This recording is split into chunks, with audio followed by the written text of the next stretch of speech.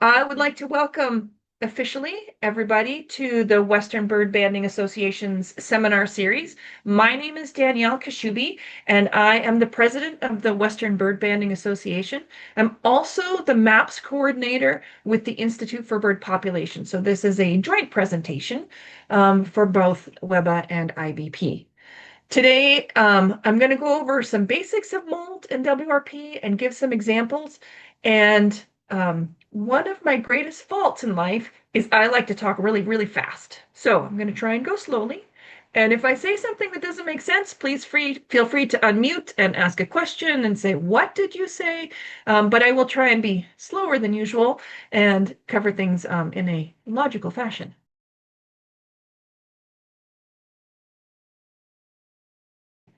So, official start to the presentation. So this is an introduction and application of the WRP aging system.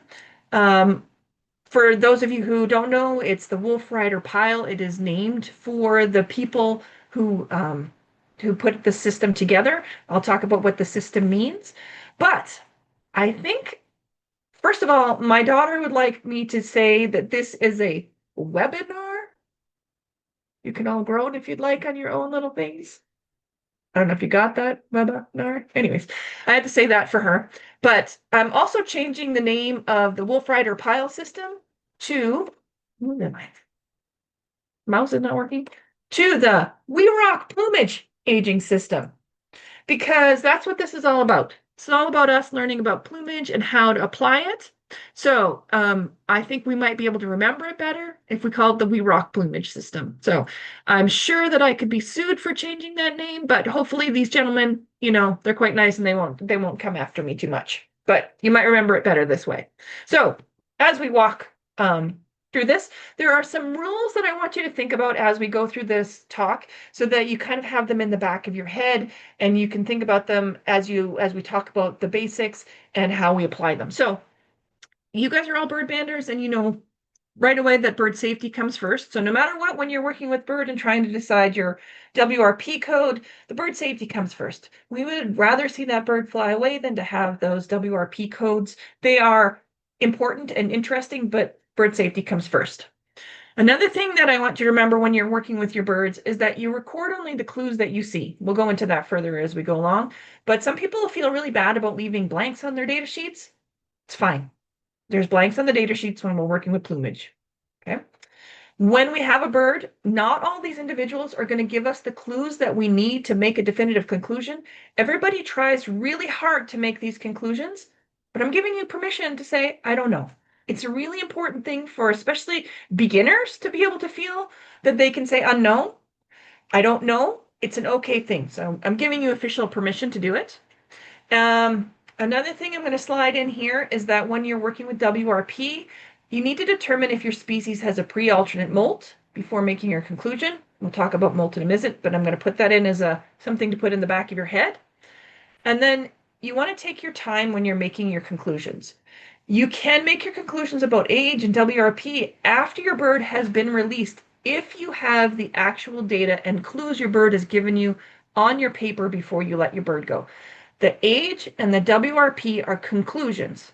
Your actual data is what you see on the bird, the skull, the CPP, CP, BPs, the plumage, that sort of thing is your data, and then your conclusions come after.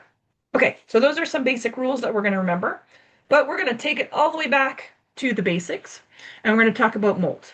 So you guys here love molt, so hopefully this isn't too basic, but I do want to just make sure we have the baselines, and so we are all starting from the same spot.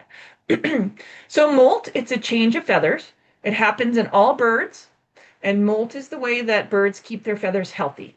It allows birds to change how they look, and how their plumage.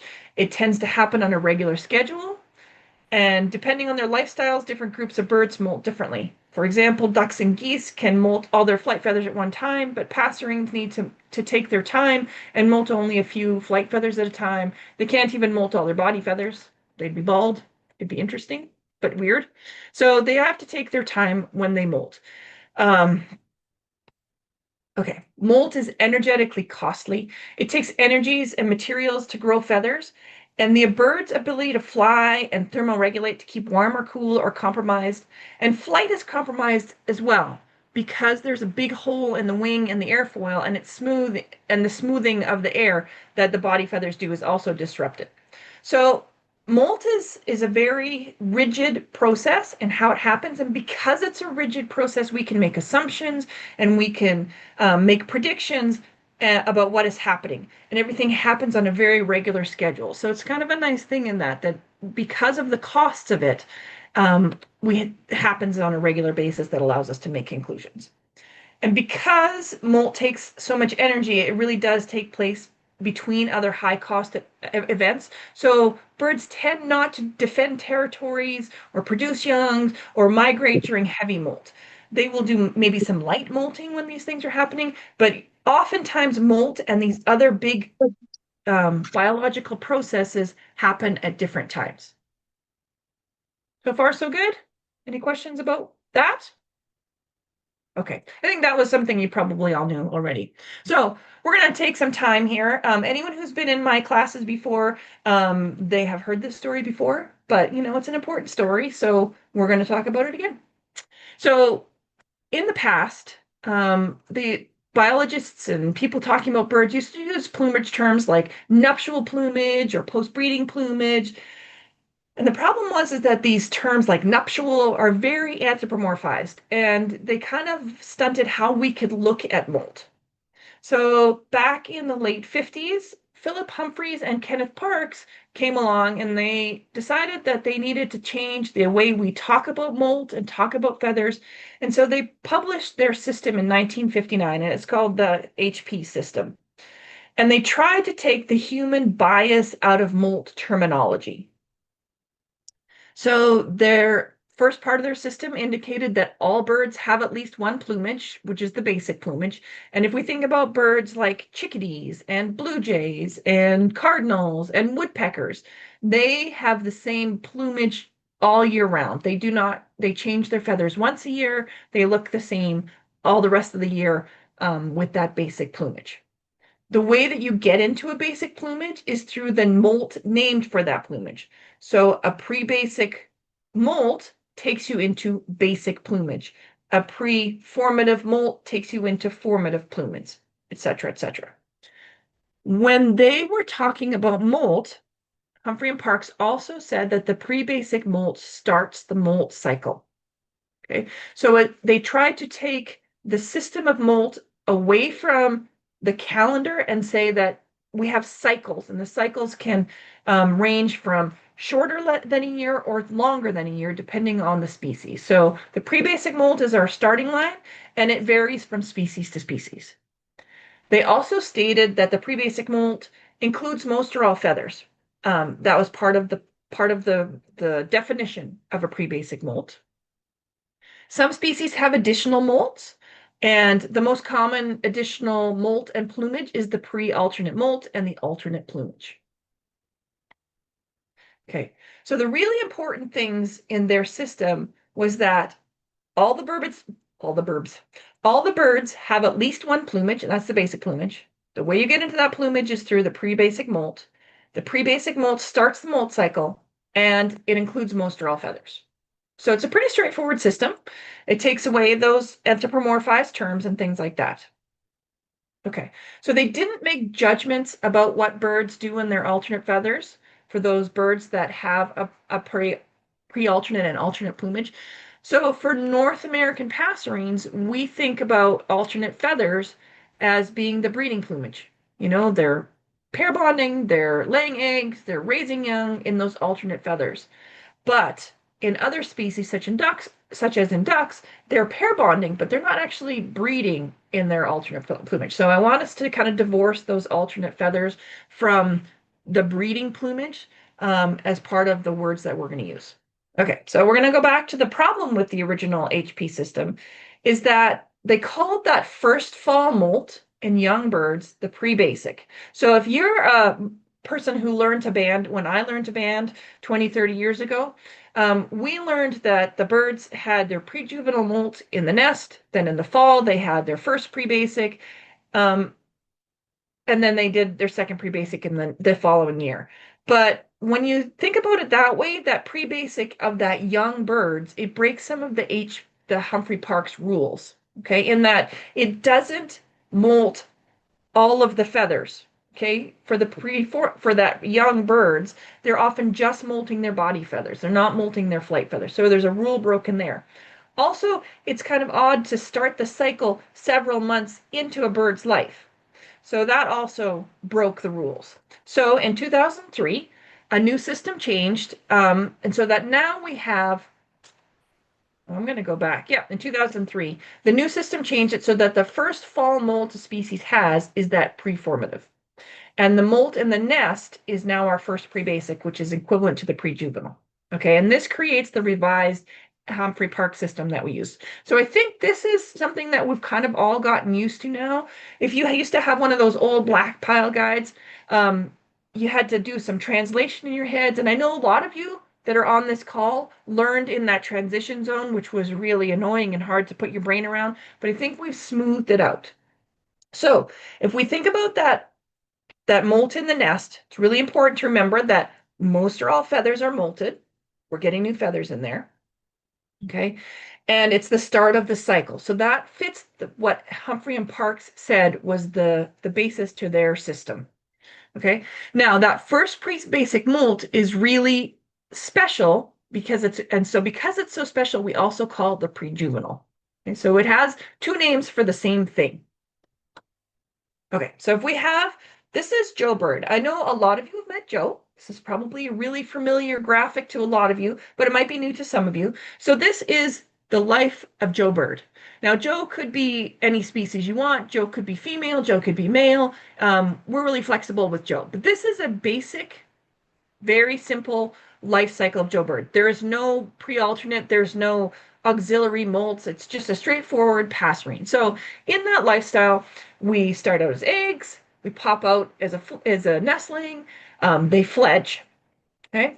And then after they fledge, I don't know if you can see my pointer on here, but right here we've got my pointer keeps disappearing. Anyways, we have Joe starting out, all in juvenile feathers.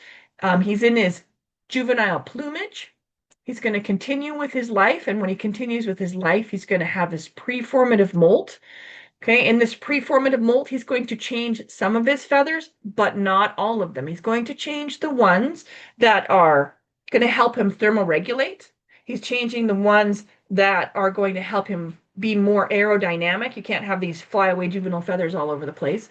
But he's not going to change the ones usually that are very costly in terms of materials and costly in terms of how well he flies. So we aren't going to change our flight feathers because they are costly. And when you lose a flight feather when you're just learning to fly, you often can't fly very well, and that really is going to hinder you. In this particular Joe's going to migrate to where he's going to spend the winter time, and then he's going to have a birthday, and then he's going to change from when he was a hatch year bird to a second year bird. Okay. And then in the second year system, he's going to have his formative plumage again, and he's going to have this formative feathers on his body, but he's going to have juvenile feathers in his wings. Okay. He'll breed. There's no reason why he can't breed. He is perfectly biologically capable of doing that. Then he's going to have his second pre-basic molt. Okay, so remember the first pre-basic is way back here in the nest, which is equivalent to the pre-juvenile. He's going to have his second pre-basic molt, his first pre-basic molt as an adult. And we're going to follow the rules that Humphrey and Parkes set out. He's going to have most or all of his feathers are going to molt. He's going to start a new cycle. I've forgotten what else he's going to do in there. But anyways, he's got his pre-basic molt, and he's going to replace all those feathers. So in a passerine, that's what generally happens. And that second pre-basic molt, we're going to start again. Now, these feathers are a much better quality than those ones that he got in his first pre-basic, and we'll talk about why that happens in just a second. And from here on in, Joe's going to do the same thing. He's going to migrate. He's going to have a birthday. He's going to get into that new plumage here, and he's going to keep it all the way until after he breeds again, and the cycle is continued. Okay, so this is just a basic life history. This includes where we put a calendar-based system into Joe's life, which works great when you are in the temperate zone where we are in North America. So we're going to be changing that up, and this is our basis, but we're going to talk about things indifferently. Okay, so I want to talk about those first feathers that they get. Those juvenile feathers are special feathers. Okay, they're the first feathers that the passerines grow after down. Well, the first feathers that they grow are down, but there's not really much to down. They're just providing insulation, but they don't too much. But the first real feathers are our juvenile feathers, and they're not the best quality. They tend to be narrower, shorter, less dense, less colorful, more pointed, etc., etc., etc. Because they are grown at a time where there are a lot of pressures on them growing those feathers quickly. The nest is a very dangerous place. I've said this to many of you before. When you are sitting in a nest, you're really just a bowl of food waiting to be eaten, and you need to get out of there as quickly as possible. Nestling birds, they can't move, and they are high in protein. Okay, so everybody wants to eat them. So the nest, there's a lot of evolutionary pressures to shorten that nesting period to be able to get out of there as quickly as possible. So these feathers, they're growing at the same time that the bird has to go from a size that fits in an egg to full adult size. So they're growing their bones, they're growing their muscles, they're growing all of their internal organs, they're growing their feathers, they're growing their nerves. So everything is happening very, very quickly, and this all happens in about 10 days.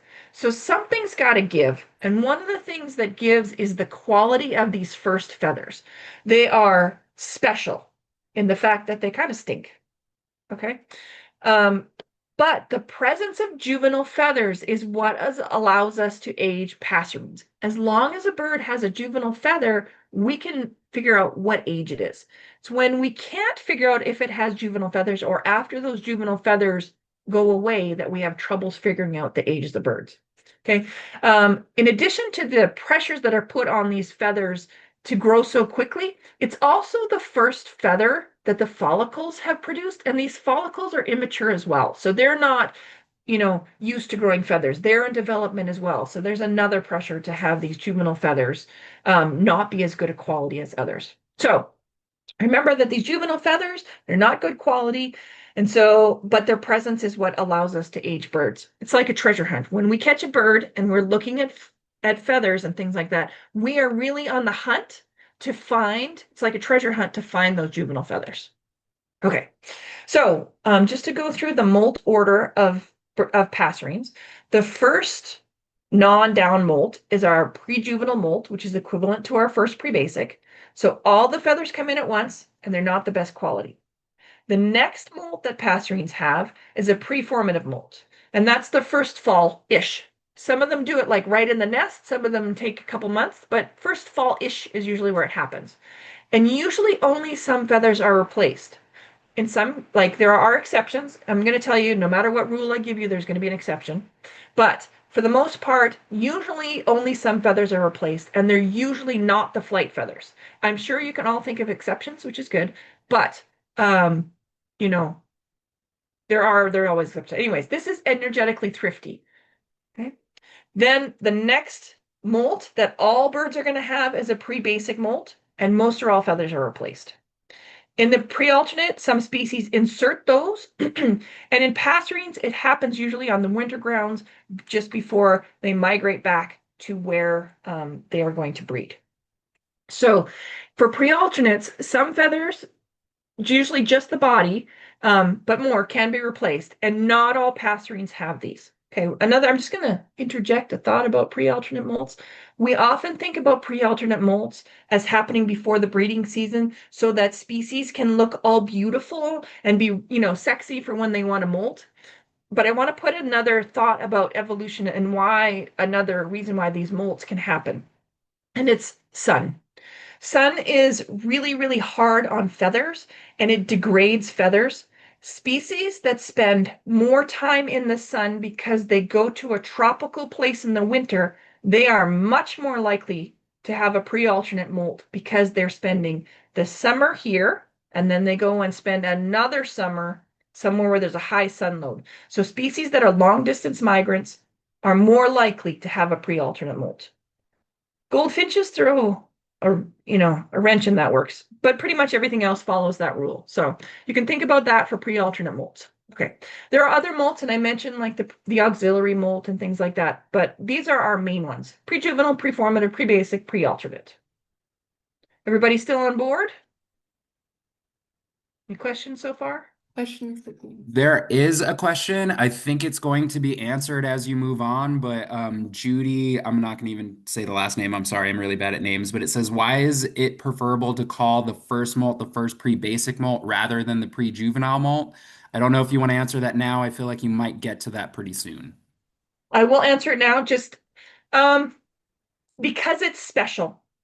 Um, there's a couple things. One is that for those of us who learned like early on and things like that, it's kind of we learned it as a pre-juvenile, so it's already in our brains as pre-juvenile. So it's kind of like there is one sort of kickback to the past with calling it pre-juvenile. But because it is the only time that these special juvenile feathers come in, it is worth considering it as a separate molt. It has special feathers, so it has a special name. That's the basic reason for that. Okay, good question.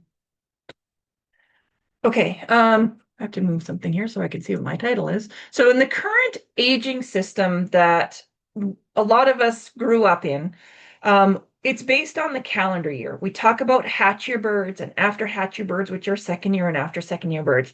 And it's based upon us flipping a calendar, which is a very anthropomorphic system. And we're trying to get away from that. So we want to change the system instead of thinking about calendars, which biologically have no frame of reality in terms of what the birds are doing, and use the revised Humphrey and Parkes system to talk about plumages. We want to talk about juvenile plumage, formative plumage, alternate plumage, basic plumage.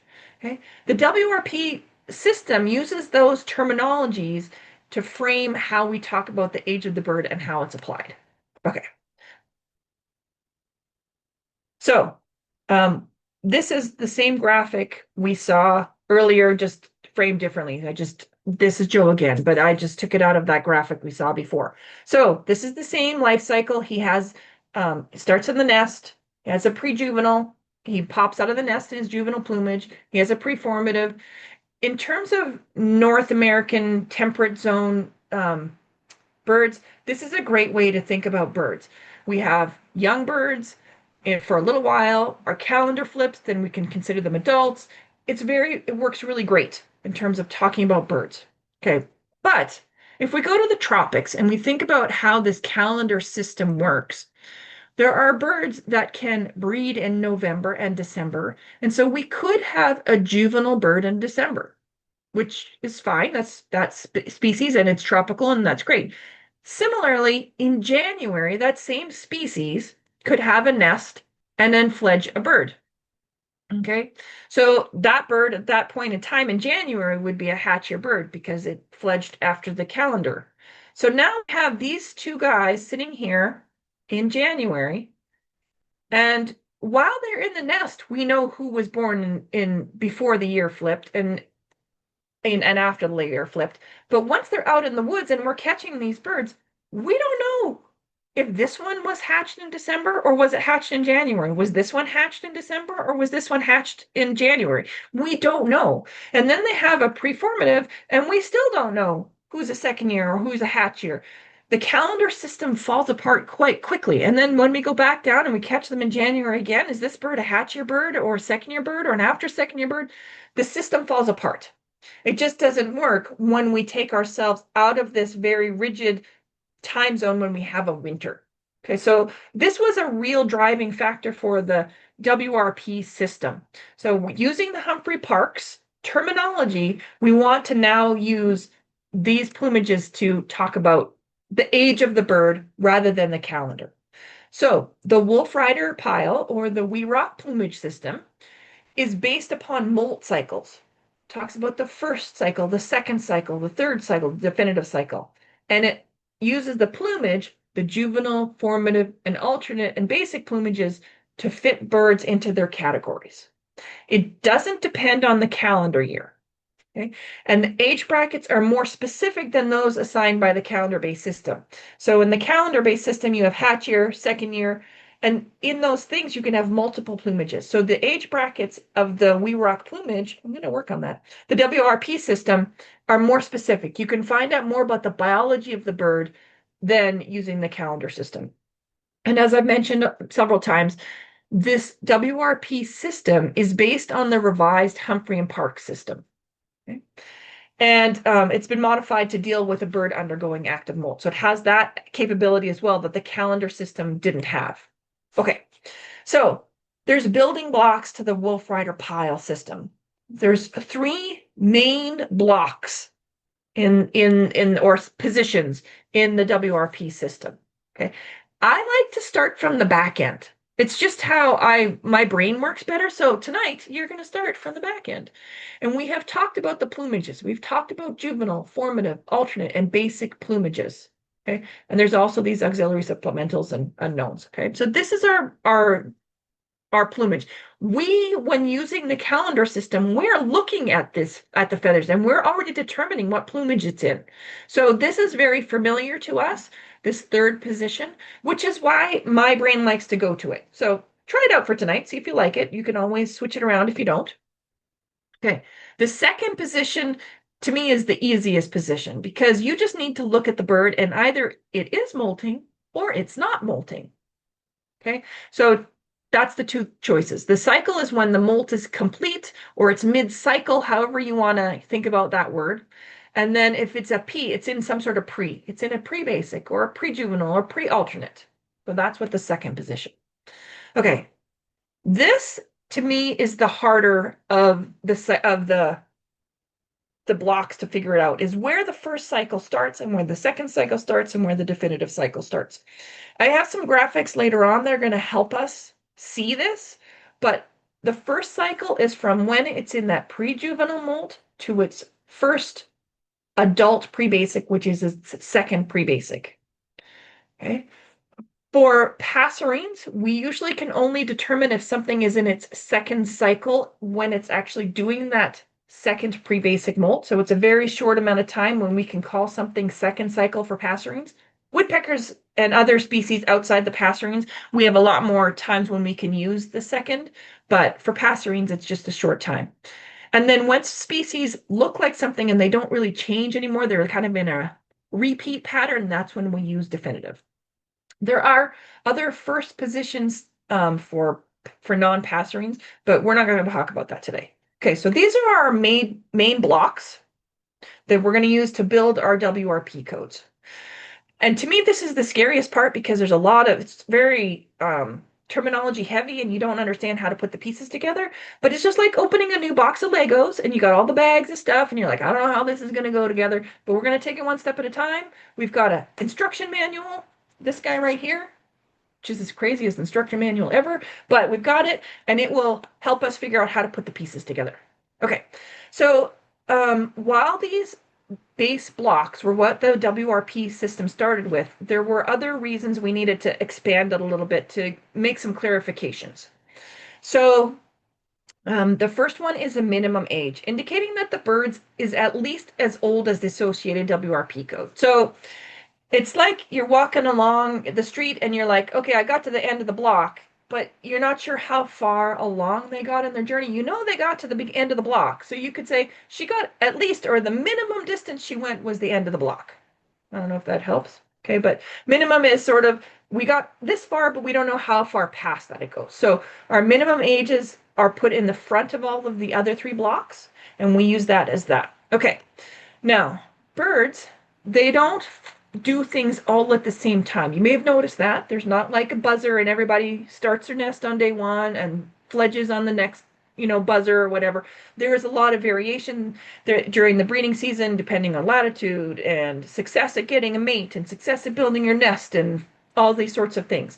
So you can have the same set of blocks in young birds as adult birds, and they'll be in the same set of blocks. And so we have to say whether or not this bird is in its hatching season or if it's in its after hatching season. Once again, we're going to talk about how to deal with that as well. There is also a suspended molt code, which we don't use very much, but It's handy for things like a red-eyed vireo, where they start molting on the breeding grounds and then they suspend and they go to breed on the winter grounds. So it'd be something you would use in migration. We're not going to talk about suspended molts tonight, but just know that that code is in there. Okay. And then there's this table. And if I look at this table, it gives me anxiety. So just realize this is a list of possible codes that you can put together, those 3 blocks with their adjuncts, but I'm not going to talk about it because, like I said, it gives me anxiety. So we're just going to move on. I just don't like it.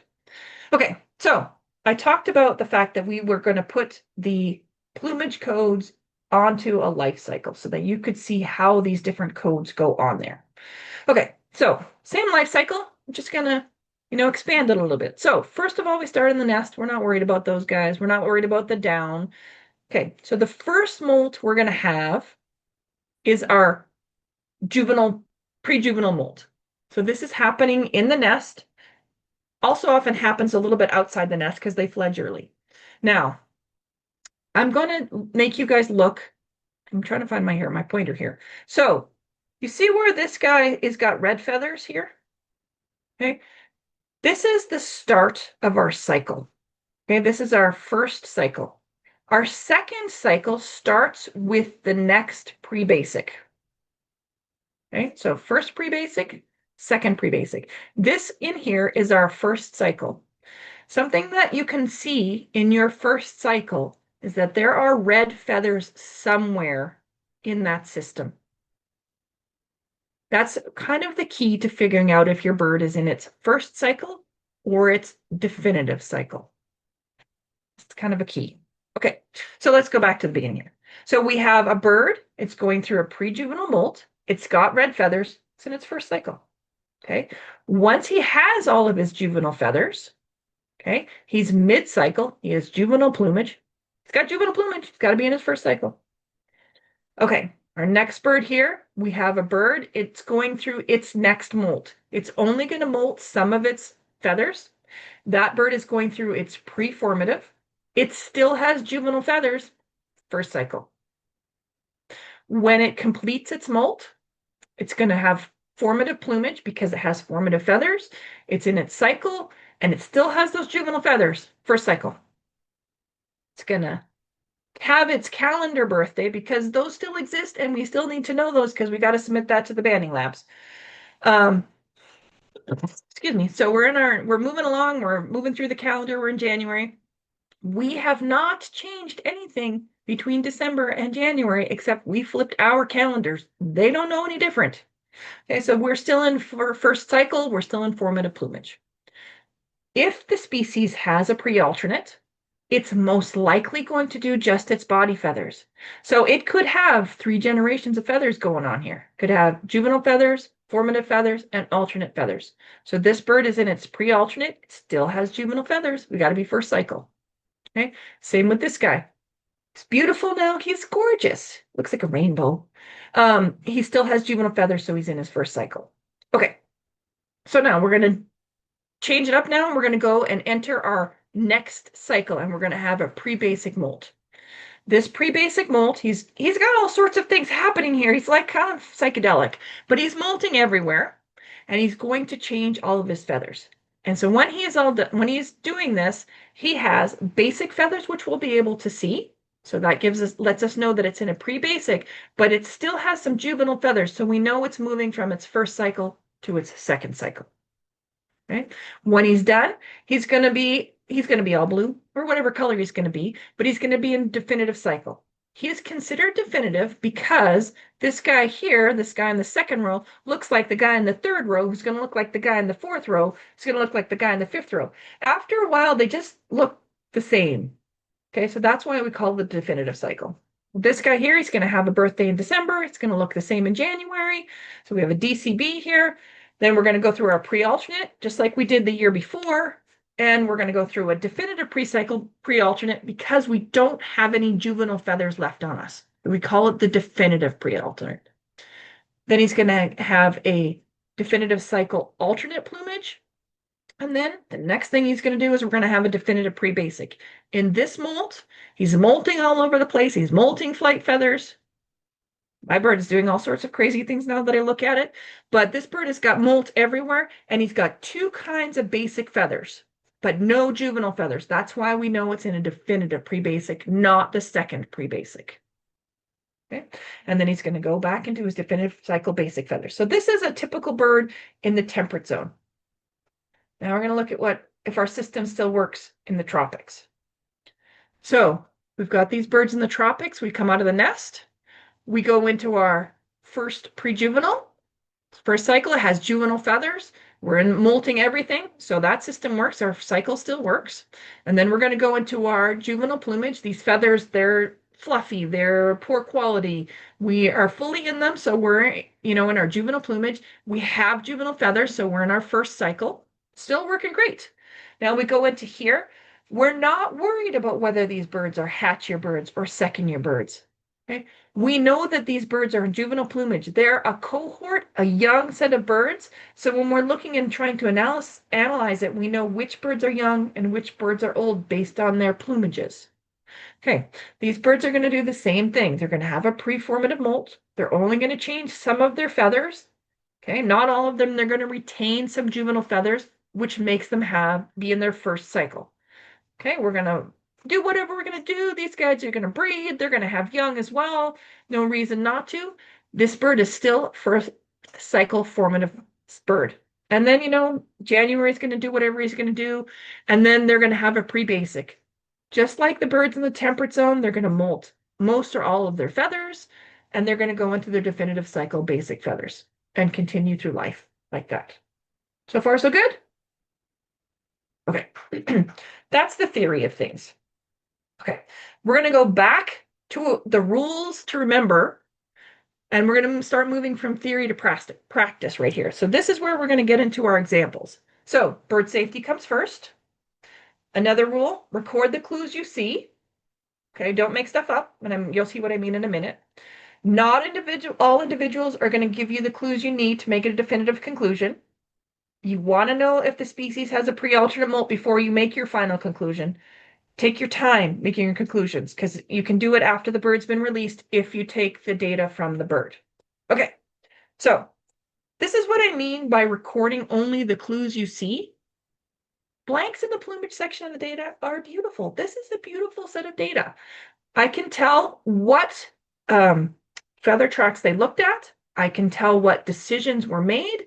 And then from here, I can make all sorts of decisions about the ages of the bird without actually seeing anything. I trust this data.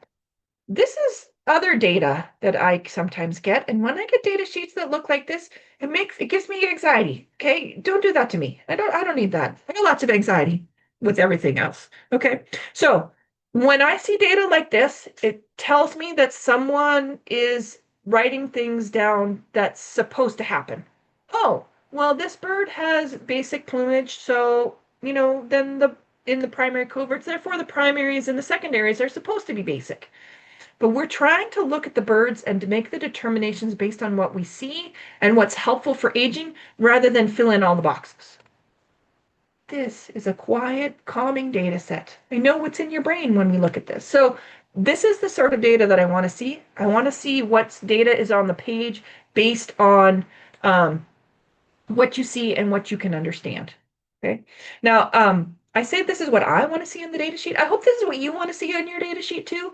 I look at data all day long, so that's why I think about, what I want to see on a data sheet. Okay, so let's do an actual example so that we can go through how to put these pieces together. Okay, this is a simple species. There's no pre-alternate in this species. They live in the temperate zone. There's no crazy things happening over top of the calendar year or anything like that. So we're going to start simple and go from there. Okay, so this is a blue jay. This is the right wing of the blue jay. These are our primary coverts. This is our lula happening up here. Here are our greater coverts here. Our primaries are out here, and these are our secondaries. So this is what we see. We can tell that these are nice brown feathers. Okay, they're juvenile feathers. In here, you can see a difference between. I'm actually going to have to close my door, otherwise you're going to hear what my family is doing. Apologies. Okay, again. Okay, so back to feathers. So we're back to these greater coverts, and you can see here that there are some nice formative feathers here and a juvenile feather sitting in here. Does anyone have any questions or like, what the heck is she talking about here before I move on? Okay, moving on. All right, so this is a really abbreviated data sheet. So you can see where I want codes and how the codes can go in there so that it's the most helpful for aging. So the first code that we know of is that we know that these are juvenile feathers. So we're going to write that in there.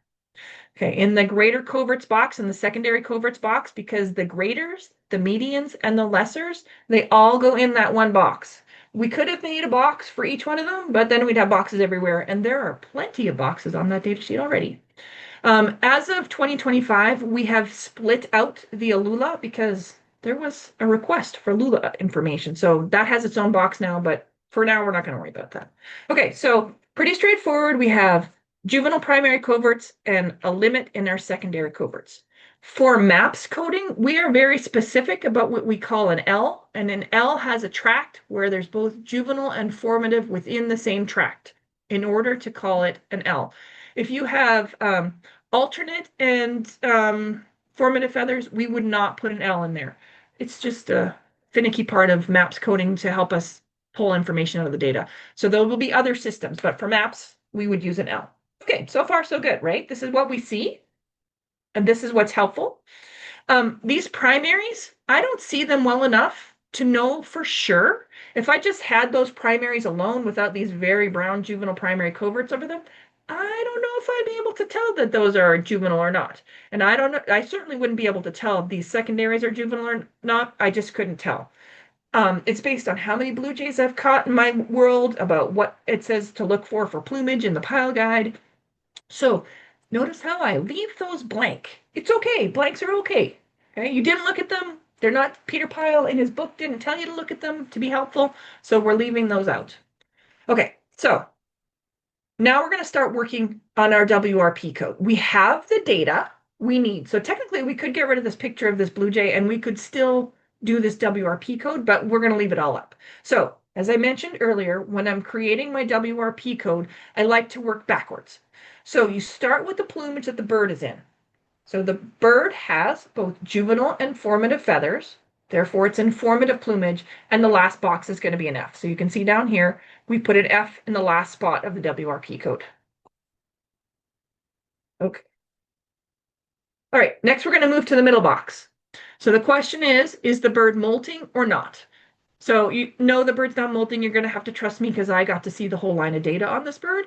But in other boxes that we can't see here, the bird is not molting. So the middle box here, it's going to be mid-cycle and the code is going to be C.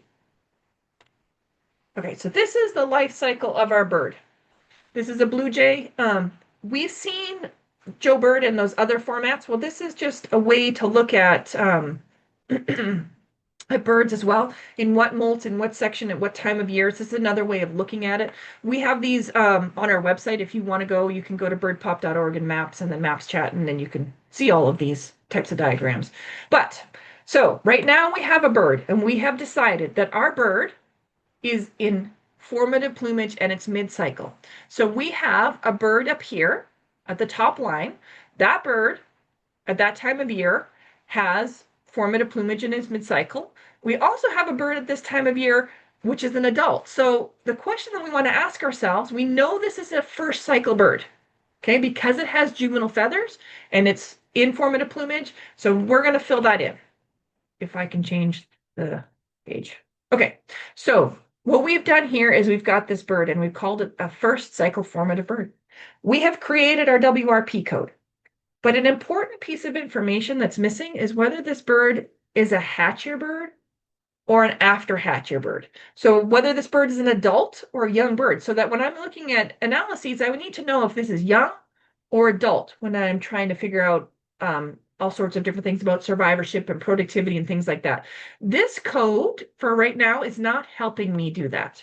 So I need to jump into that. So is this bird an adult bird or a young bird? And the clues to this, there's a couple. This bird is really worn.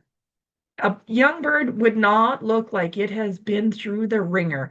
A young bird in May, so back down here at the bottom, we've got a date here. So if you're wondering what the date is, a young bird would not look like this. Like this guy's rough. He's had some days, mostly sitting in the sun, screaming at other blue jays at the bird feeder. But so he's worn. So he is not a young bird. This is an adult bird based on where. Okay. And it's too early in the year for a young bird to have reached the first cycle formative part of the year. So we're going to use the adjunct code A so that when I'm analyzing a big set of data, I know that this was an adult bird. Okay, so this is how we can split out our cohorts for aging and sexing and things like that. So we have at the bottom here our WRP code, which is an AFCF. Okay, so I did mention, whether or not it's too early in the year for an FCF or not an FCF. So I look at a lot of data and a lot of numbers, and so I kind of know that. But Peter Pyle has also handily dandily given you that information. I've gone to the Blue Jay page in the Pyle guide, which is on page 311. And this is on there, and it's the WRP section. And it takes you step by step through all of the WRPs by time of year. So you can kind of work through your system of the aging of the bird. Now, what we've done is we put it into a table. So up here it says that FCJ from May to August. So we've got May to August. It's going to be a hatchier bird. The next thing in the step is going to be a first cycle preformative. So that's going to happen according to Peter Pyle from June to October. And so we put it into this table. But are you ready for some magic? Can't have magic because the computer won't work. There we go.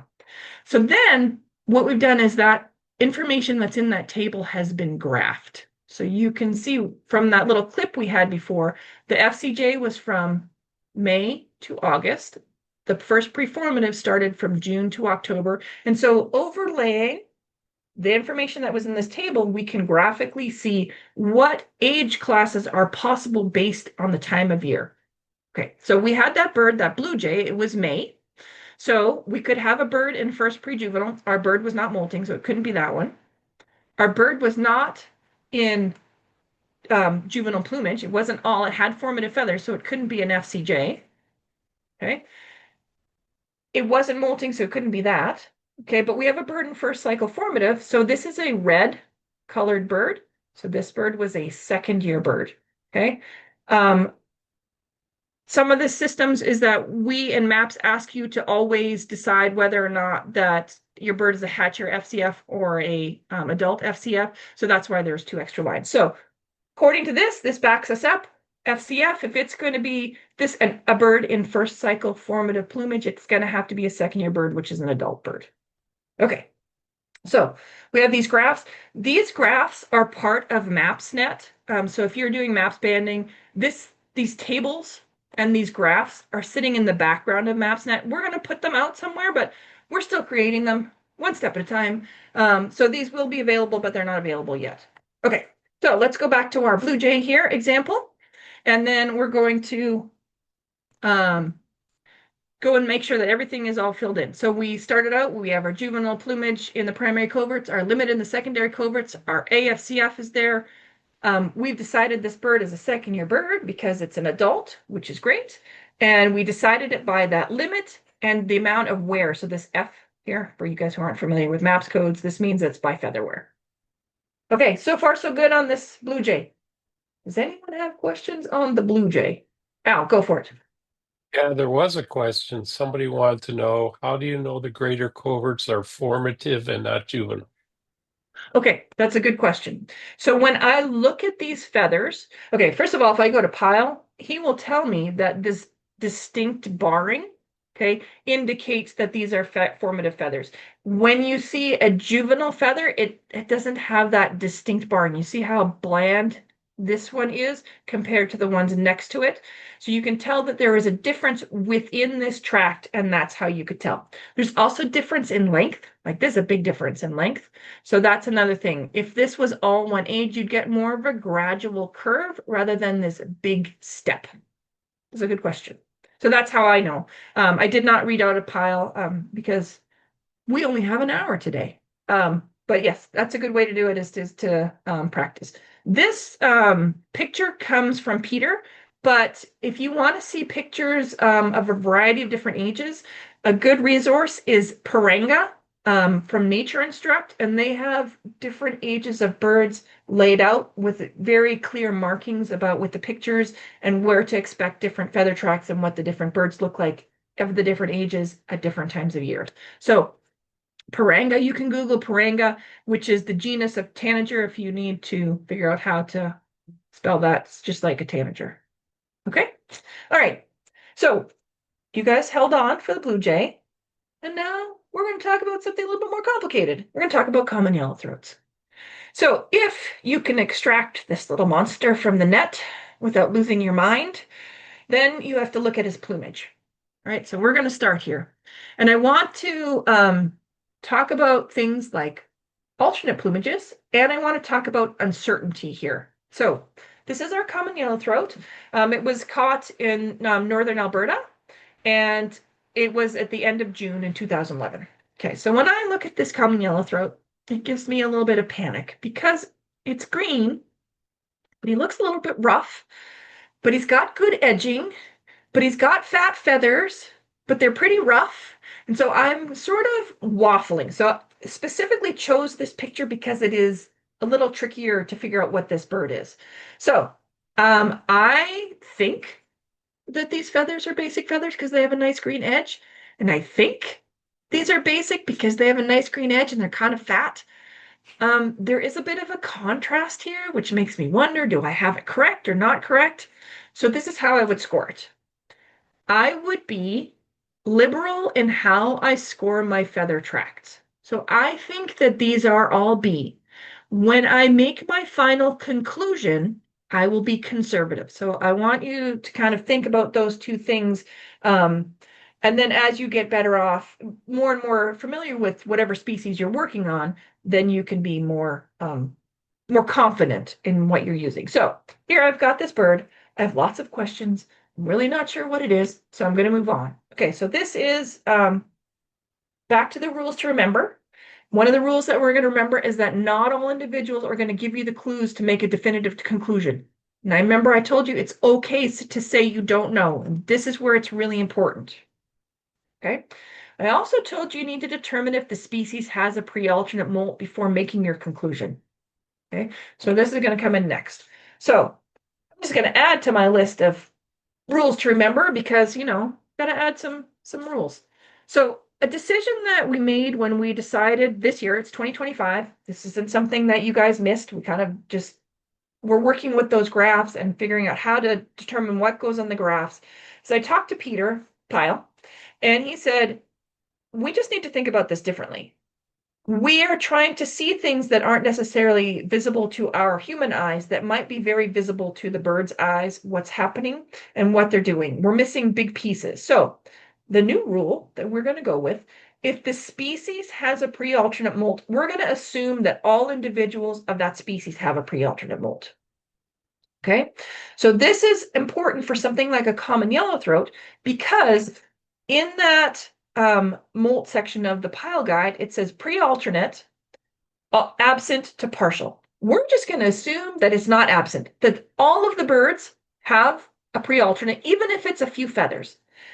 Because you think about what is causing these pre-alternates. Remember that little earworm I put in your head at the beginning? Is to not think about pre-alternates, about making you sexy, but pre-alternates having to deal with how much sun load that you have.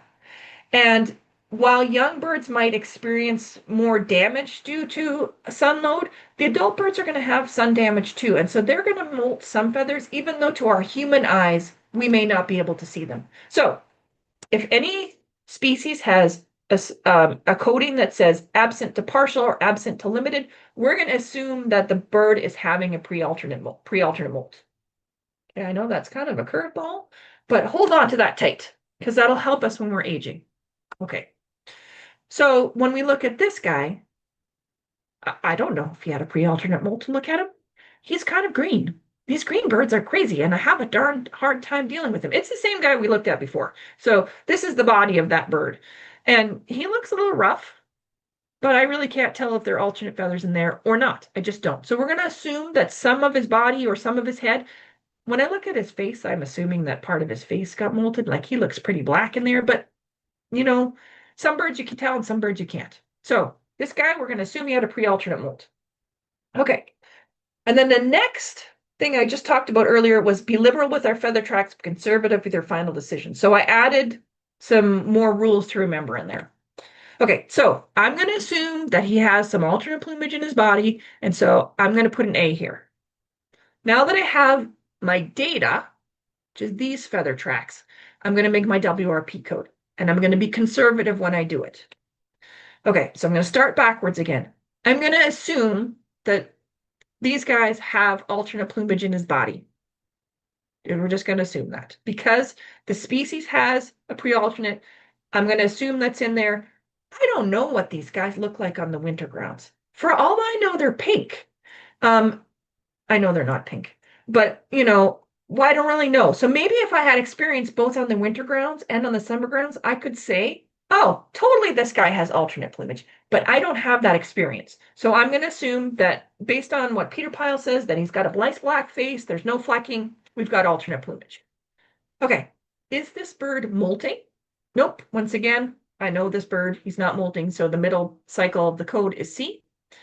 Okay, now here's where we're going to get to the uncertainty section. Okay. So not all of the individuals are going to give me clues to make a definitive conclusion, which is this individual. I want to be conservative with my aging, so I don't know if it's a first cycle bird or not a first cycle bird. According to my codes, it doesn't have any juvenile plumage, but I'm really not sure.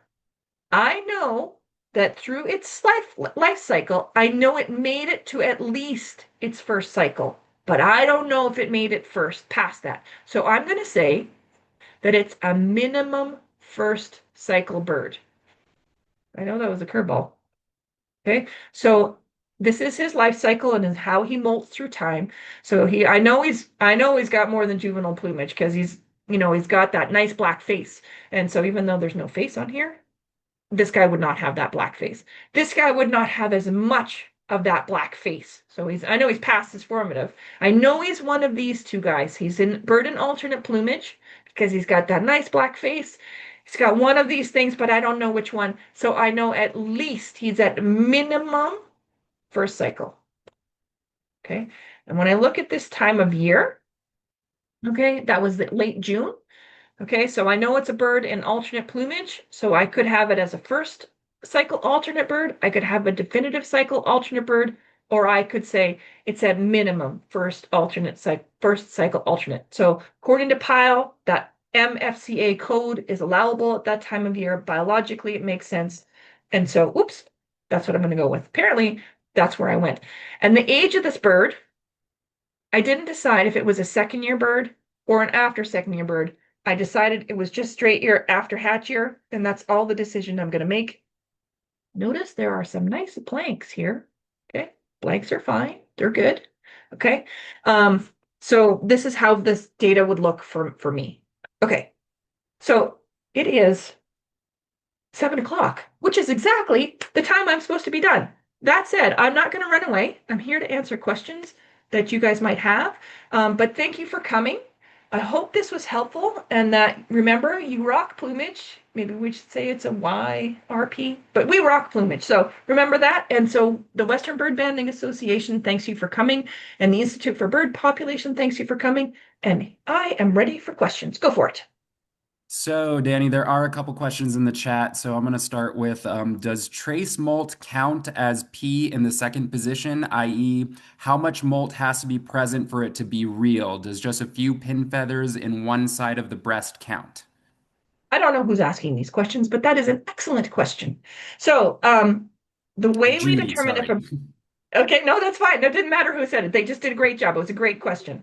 So the first, in order for us to determine if it's a bird's molting, we want it to have either a flight feather molting, like a primary or a secondary, or it's molting a little bit of molt. How to explain it? For maps, I would say it needs to have a two molt, which is for us more than just one or two feathers. We need to have a good patch of molt and hopefully in multiple places. Okay, hopefully that was answered. Okay, what's the next question? Okay, and then the next question, which I actually think you already answered it, but I'm going to read it out anyways. To clarify something you said earlier, you were saying that instead of thinking about pre-alternate molt as molting to become attractive to mates during the breeding season, it could be because many of birds are migrating from more sun-exposed locations, which is breaking down feathers and leading to the need of to replace feathers. Not sure if I understood that correctly. And could it be both and situational? And then right after Jasmine did say, well, that answers that question. I'm not sure if you wanted to reiterate that or anything. If Jasmine's not, I can. explanation was great. And yes, so the evolutionary mechanism that's thought of right now is that these birds are changing their feathers during the pre-alternate because of the sun load has broken down their feathers. And they don't necessarily break down their flight feathers so much as their body feathers. And so was thought that that mechanism of change started first because of the damage, and then the sexiness or the attractiveness to mates quotient came in on top. The birds are already changing feathers. Why not, add some extra color? And so evolutionarily that would have pushed that forward. So yes, both of them together would be the reason for that. But the original thought is that it was based on the damage from the sun. And I don't know, pop quiz, you guys. I know some of you have had this quiz already, but there is only one species of passerine in North America that does a complete pre-alternate, and it's also the species that has the biggest distance between its breeding range and its wintering range. So if you guys can, think about what that might be, Can I yell you it guys can out or pop should I that. wait? What was that? I really want to say it, but maybe I'll give someone else a chance. Okay, let's see what happens. I'll let people think about that if you have another question that's come in. I'll say this for now. So, Anne Nightingale said, but if you determined that the greater coverts are basic, comma formative, and that the primary coverts were basic, not juvenile, haven't you already decided that had to be minimum second cycle? Oh, and then actually, sorry, afterwards it says basic, not formative. I think they meant about the primary coverts. Okay, so my point on that common yellow throat is that I wasn't sure. I mean, in real life, I know what the answer to that because I've seen that bird, I saw the data, I've seen that. Anyways, so that I know the answer. But it's when I'm not sure. That's when I want to default to the minimums. It allows you to be a little bit more conservative when you're aging. Also, for something like a cardinal or a song sparrow, that could molt everything during the preformative, you can't tell whether those birds are basic. Oh, go ahead, Anne. You're talking. That's good. But I just wanted to say, should you have put basic in if you weren't sure? So we want people to kind of start making that decision. And I always take what's into, like, whenever I get a line of data that looks basic. Okay, so I'm going to preface this. I thought it was basic. I wasn't like I had no clue. I thought it was basic. So I want them to put down what they think. And then the fact that they didn't make a decision on the aging tells me there's that uncertainty right there. That's kind of what the mismatch there tells me. Does that help? I'm going to say not really, because yeah, I mean, obviously, if we think we know, then we'll put it in. But there are situations that we come up where we kind of go, I'm not really sure, just like you did on the primaries and the secondaries on that bird in your example. But when we're not sure, we tend to leave it blank, not put in. Well, like I'm 90% feeling like it's a basic, or like um, that's kind of how we've been handling it. If you really don't feel comfortable saying, then don't put it in. Okay, so two things on that. That's a great option too. But if you look at it, I'd put a U in just to say that you're Yeah, not sure. Jody, fair enough. I think you have a comment on it, so go for it. What about, I remember there was a time when we were talking about song sparrows about putting like non-juvenile, like the N. So, I mean, I've never used it in those boxes before, but would it be better to put, because I'm kind of with you, Anne. I've always kind of been like, well, if you don't know, either don't put it, but I like your idea of putting a U, but I guess like a N would be like, it's not juvenile, but you're not sure if it's formative or basic. Okay, I'm gonna pull up a cardinal. I know you're catching lots of cardinals where you live, Jody.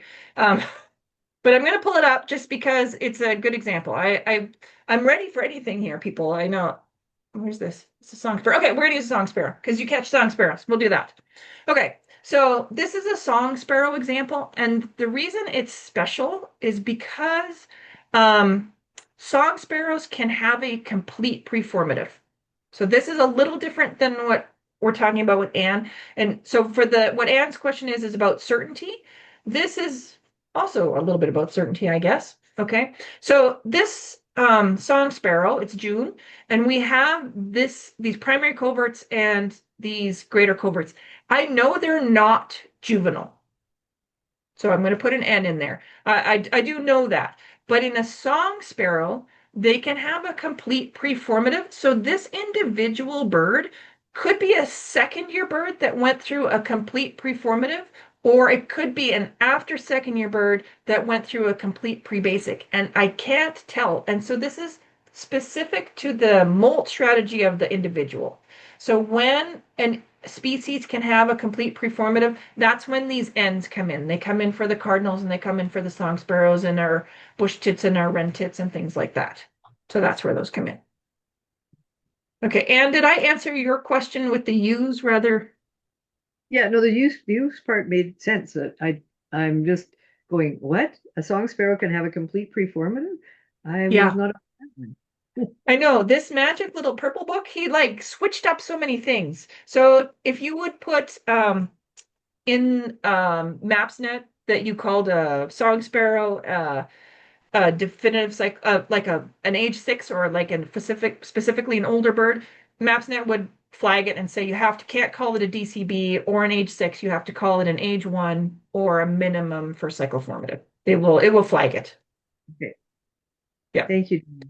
you're welcome. Next question. Okay, so there are a couple questions in the chat, but Jody Isaacs, did you ask your question? I saw your hand was up before those questions. Okay, you did. Okay, great. So it looks like from Spencer, it says for the common yellow throat, how did you decide the coverts were both base? Oh, hold on. Were the coverts were basic rather than juvenile and formative? I know you mentioned that there was a contrast between them. Is this how you concluded that they are alternate? Since you knew the coverts weren't juvenile, but there was still a contrast. Hope that made sense. I'm sorry, did that make sense? It does to me, because I know where he's coming from. I'm going to go back up to that bird, just so we can see it. So, depending on how many common, I'm just going to zoom here. Depending on how many common yellow throats you've seen, they're a tricky one. I think to me they're a tricky one to age. I'm going to go back there so you can see them, and I think it's a matter of how much you know about the particular species. So, if this was my first ever common yellow throat, what Anne says is true. I put U's in there. I would say I don't know. This is my first one. I'm really not sure. But I've seen a couple hundred common yellow throats, and I'm like, this to me, I'm leaning towards it being basic.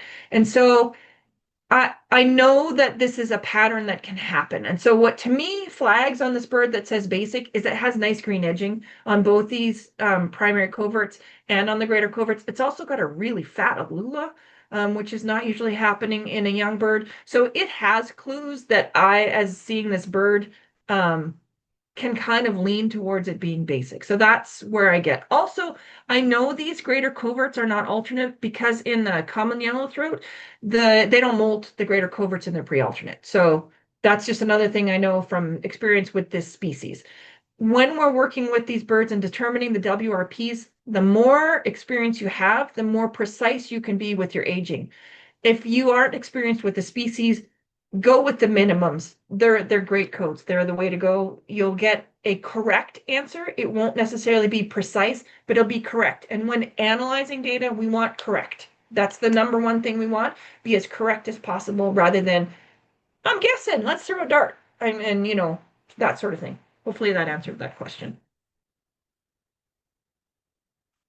What else might we have, Jason? Okay, it looks like so Judy has sent another question and it says, will there be photos of actual bird wings in with the new chart/diagram graphics that you're developing?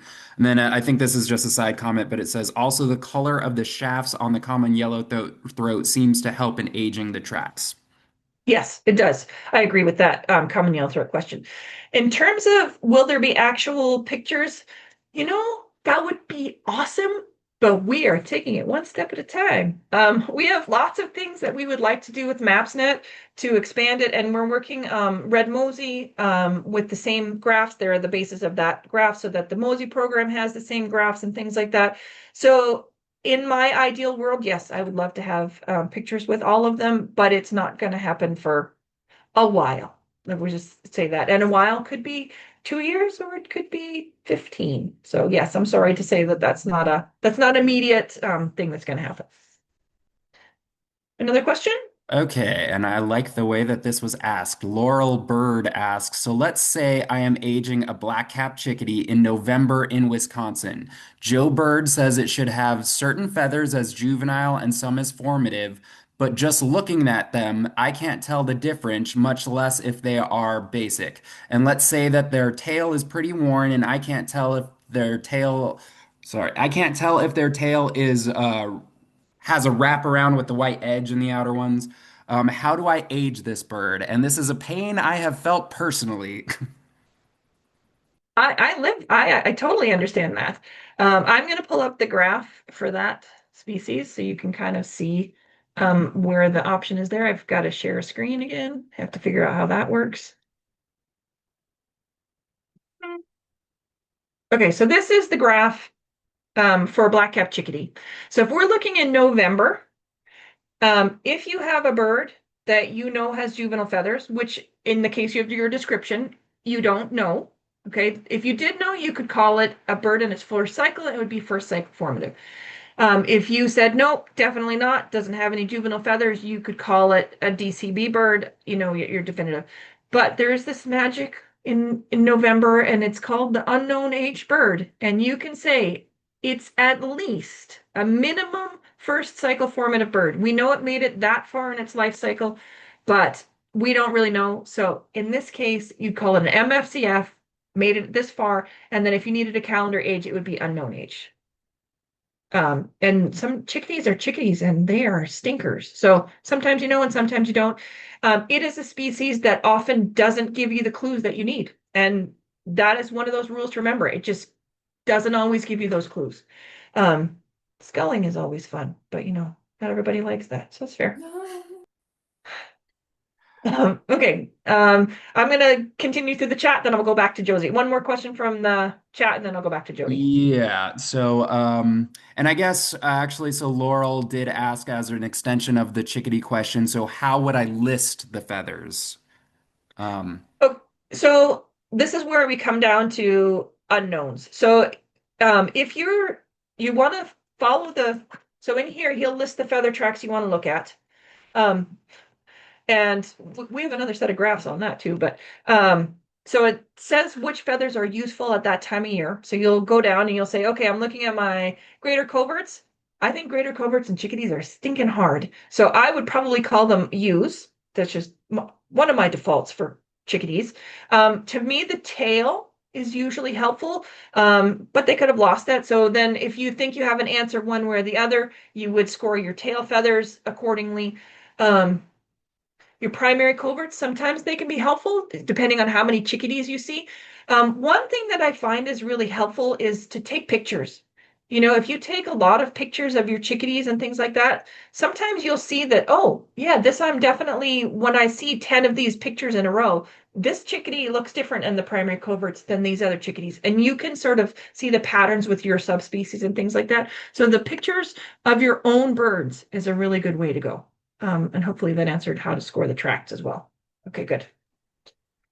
And then, okay, I will go to one more question in the chat and then I'll switch over to you, Jody. But from Rebecca, it says, I'm sorry I came in late. Can you go over again the differences between U and N codes and examples of how to use them?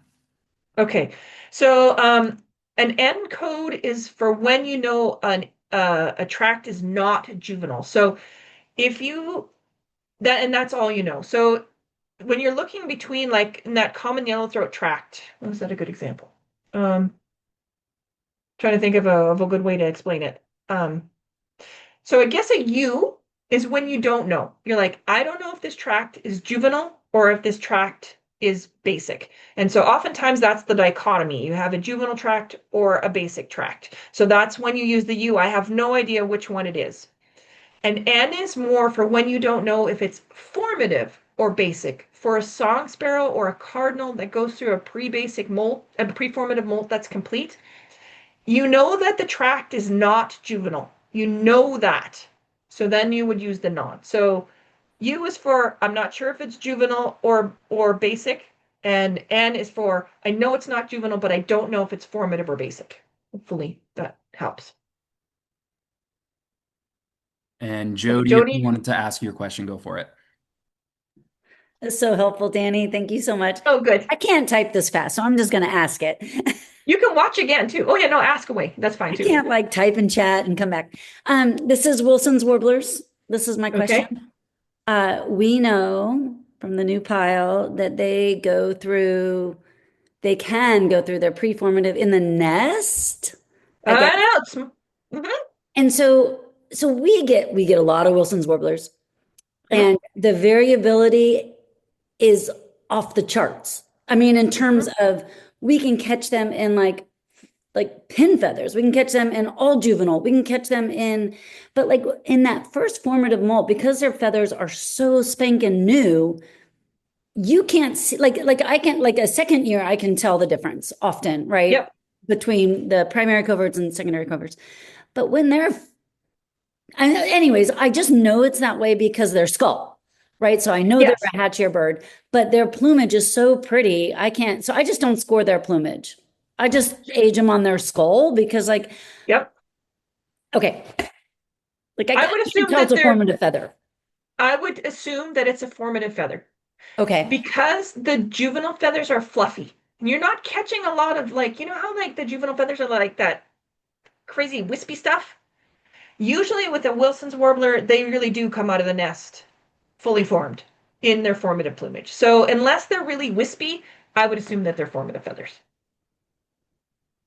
Oh, So they're going to have formative body feathers, but juvenile flight feathers. right. Okay. Yeah. Okay. Yeah. I will make that assumption. I love it. Thanks. Yeah, no, we make it. We want to start. Yeah, and then if you see one that's wispy, you will know. You will know. Right. Okay. Yeah. Yeah. I think Like we get both. That's the thing. We definitely get both. Okay, so wispies are juvies, and then the nicer ones are formatives. It's like a yellow warbler. You rarely see them in juvenile plumage. They're almost all yellow warblers are almost all in formative plumage when you catch them as well. And they look like they're fully formed rather than, like a chickadee, or they look like puffy. Yeah. I know. These are great words. Puffy and fully formed. And yeah. Birds. I'm with you.